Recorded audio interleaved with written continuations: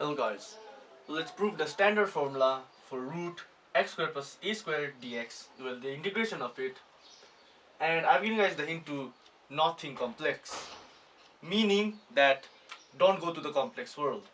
Do not rewrite it or factorize it as x minus ia x plus ia. Well, in fact you can do that. In fact, if you want to do that, you certainly can, but it's too lengthy and well complex. But if you want to have a go, do it. But I'm just going to do it like the previous video, multiply it by 1 and simply do the di method plus minus. Since we're trying to find the, well, prove the integration of this, we have to keep it on the differentiation side and integrate 1. Integration of 1 is x. Derivative of this thing, well, it's just x squared plus a squared to the power half. So the power comes down, the power gets minus 1. So it is 1 by 2 x squared plus a squared to the power minus a half. If we have, let's say, y to the power minus a half, this is simply 1 by y to the power half, which is just square root of 1 by y, meaning that this is 1 by 2 root x squared plus a squared. But don't forget the chain rule, as you have to multiply by the derivative of the inside of the bracket, which is just simply 2x. Since a squared is a constant, 2 cancels, meaning we get x root x squared plus a squared. So again, like the last video, I'm going to let I equals to root x squared integration of x squared plus a squared dx. And here, this I different because this is stands for integration in the di method. This is just a name holder, you can say. So here I is equals to this. This is the first part of the answer, and we have to integrate the multiplication of the row. So x root x squared plus a squared minus x squared integration x squared by root x squared plus a squared dx. Well, dx. I'm keeping it over here because the next part is simple. In the numerator, we have the same power of x, but the difference is there is plus a squared. What we can do is just introduce plus a squared and just minus a squared to not change the integral. So let's solve this first right here.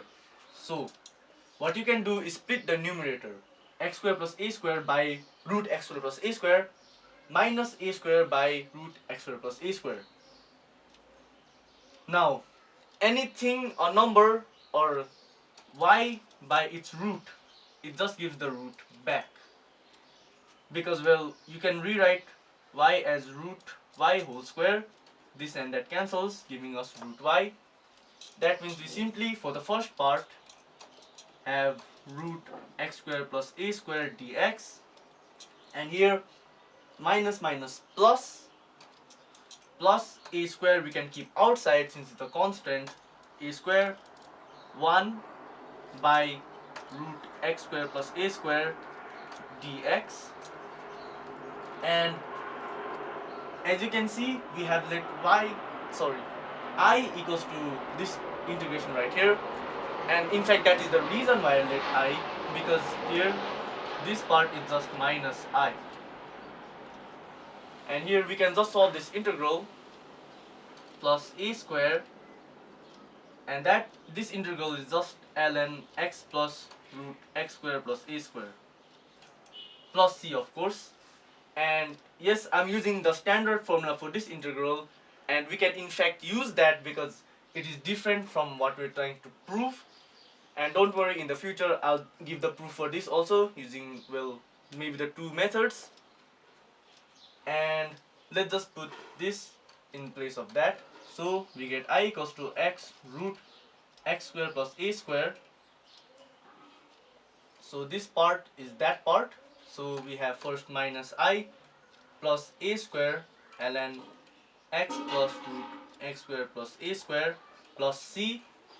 In fact, I'm going to let it as C1. Minus I, just take that to the left hand side, it becomes 2I equals to the remaining part, right? Now in the next step, we obviously have to divide by 2. So what we can do is simply divide by 2. So this becomes x by 2 root x square plus a square. Since minus a is already over there, we have just remaining a square by 2 ln of x plus root x square plus a square plus c1 by 2. Well, c1 is just a constant divided by another constant, it's just another constant, plus c. And if you want to know how that works, just watch my video on how constants work. And that is the proof right here, since I is just, well, the left hand side, right? That is the proof. And you see that this, by DI method or integration by parts method, to prove this is way easier than the trigonometric substitution, because all you have to remember is how to do this integral, because all you had is x squared, so you just need to remember adding the constant and subtracting the constant. That is all. And for the trigonometric substitution, if you want to try it, do try it using trigonometric substitution. It is tough, and you can watch my video on, well, proving it by trigonometric substitution. And finally, if you learn something new, please like and subscribe. Thank you.